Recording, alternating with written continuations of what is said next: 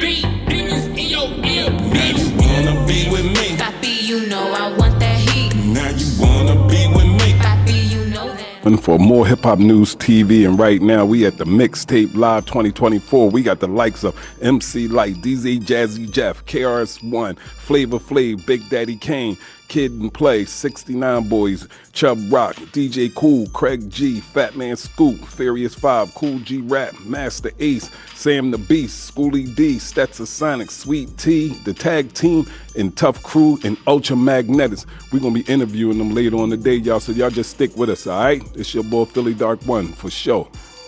It's 107.9. Yo, Touch, is really a party in here. Yeah, this your boy Philly Dark One for more Hip Hop News TV, and we got the one and only legend of hip hop. Without her, I don't think y'all would have ever got to taste hip hop. So we gonna just ask her a couple of questions about how did she start this thing and what made her get into hip hop, and just answer that question first of all. What brought you to hip hop? What brought me to hip hop, honestly, was hanging out with World B. Free and Daryl Dawkins. They were Sixers. And, you know, World being from Brownsville, Brooklyn. I went up to New York. I saw these brothers doing this rapping and breakdancing thing in the courtyards at the projects. I'm like, yo, this is so dope. And that's when I fell in love with it. And then I got approached to do a hip-hop song by a local DJ by the name of Dr. Perry Johnson here in Philadelphia. He used to be on WDAS. He asked me to do a hip-hop song. I called World like, yo, they want me to do a song rhyming like y'all be doing, like when we be playing around in the living room and stuff. And he was like, do it. And I'm like, what? So I wrote some lyrics down, TEC Records, put it out to the beat, y'all. It goes down in history as the first female rapper on wax. That's in the Guinness World Records. I didn't know that. Yeah, you can know that. That is my claim to fame. But from my love of it, you know, people always talk about digging in the crates. When I started hip hop, there was a crate. there weren't that many songs, but you know, when I heard the Furious 5 and Sugar Hill and you know, all the early greats, I'm like, wow, this is just so dope. I mean, like Spoonie G's Love Rap, and I mean, before we even get into the monumental platinum selling of Houdini and Run DMC and LL, I mean, the funky 4+1 more, you know what I mean? The Mastodon Committee with Pebbly Pooh. These are the creative songs that I had. Right. And I start playing them on the radio. I had this 1 or 2 hour show. Mm-hmm. It became so popular. It was infectious in the black community. It was our life. It is something that people taped me every week so they could have it for the rest of the week. Wow. You know what I mean? It was like being the only person in town that had Pepsi. Right. You know what I'm saying? Yeah. And then it grew and you know, alhamdulillah, I grew with it. And I'm still here 43 years later, still supporting it, still doing it, still loving it. I'm a B-girl for life. Wow, that's amazing. So let me tell you, how did it change your life? How did hip-hop impact your life? What do you mean impact my life? It was my life. It didn't impact me. I was it. I am hip-hop. Wow. I've done it from day one, still in my mama's house. Yeah. You understand? It didn't impact me. I made the impact. Right.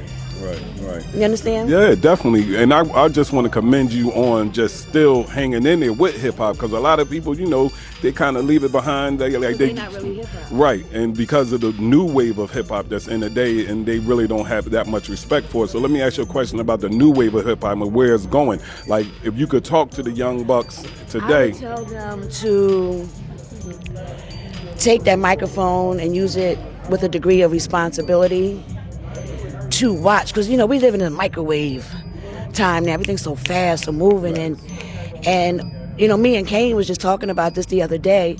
These young brothers and sisters don't have any longevity because they don't really master their craft. They're so busy running in, running out, saying some more crazy stuff, running back.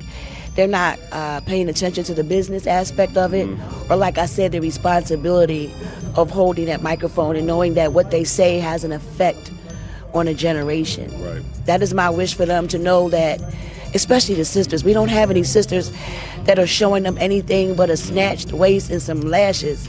And that bothers me.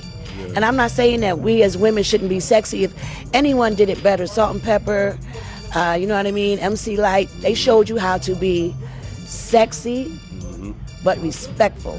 Right. It is able. You are able to do it. It is a thing.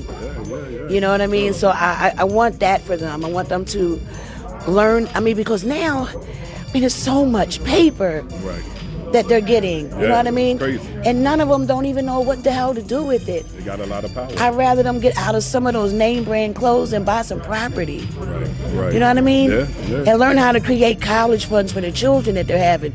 Because most of these young boys that run out here rapping, trust me, they making babies. Right.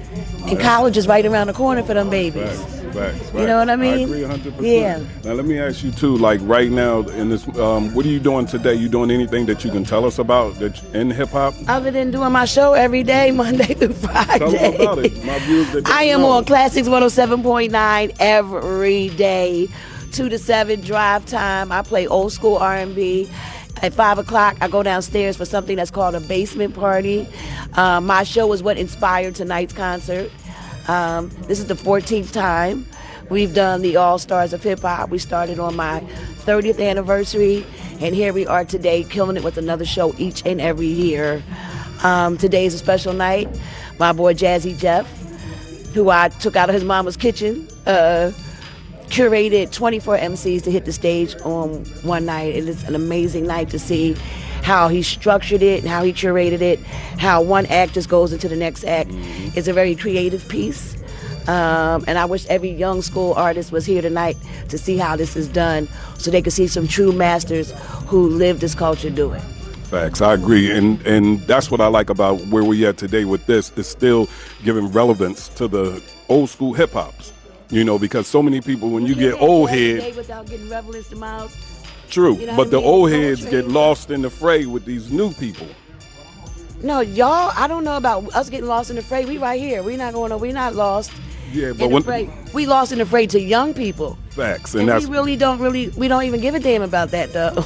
I like that. I like we that. don't. Yeah. We don't. They should pay attention to what we're doing. We're not here to compete with the generation behind us. We're here to teach Facts. the generation behind us. So with that said, Big Daddy Kane has a new documentary coming out. I want y'all to get with it. It's exactly about that. It's about us teaching younger hip hoppers in the game how to grow up, be adults, and take some responsibility in their lyrics and their business, and how to go further, and how to achieve longevity. Because they are hit and miss. Hit it, miss, next.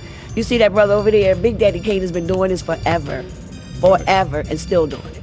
So let me ask you, and I'm gonna let you go after this. What was your most craziest moment in hip hop that you can share That's with too us? many. Mm-mm. Give me one. Too many. Give me one. That's too many. It's got to be one that still leave a stain in your brain. Nope. Okay, I'll tell you one thing that just happened last year. Shout out to my sisters in hip hop from Philadelphia, Malika Love and Yvette Money. They actually went to City Hall, got the city council people to see that I had the street that I grew up on named after me. That was, I don't think it can get any better than that. I cried all day. All the people that I really love were there. And with that said, the day before the street naming, I get a text from Chuck D, and it's a picture of him on the block. And he came by the station to surprise me to say that I can't be here tomorrow, but I had to come through because you get in your own block. And he is one of my favorite MCs and one of my favorite people on the planet. That meant everything to me. Wow, that's an amazing story. And I just want to thank you for your time today. And I appreciate you, Queen. Keep doing your thing. Like you are what hip hop need yesterday, today, and forever. And I appreciate you. And I want to give you your flowers. But can we get a drop from you real quick on a More Hip Hop News TV? All right. It's your girl, Lady B, More Hip Hop News TV. Get with the program. These brothers are representing the culture. Beat demons in your ear, bitch. Wanna be with me? Papi, you know I want that heat. Now you